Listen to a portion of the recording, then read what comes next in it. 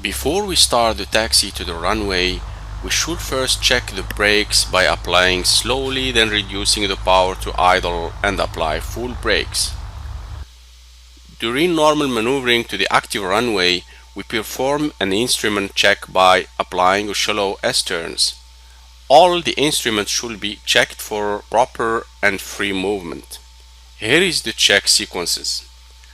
Left turn, turn coordinator, banks with turn, ball rolls away from turn, heading indicator decrease, compass rotates freely, all other instruments should be stable.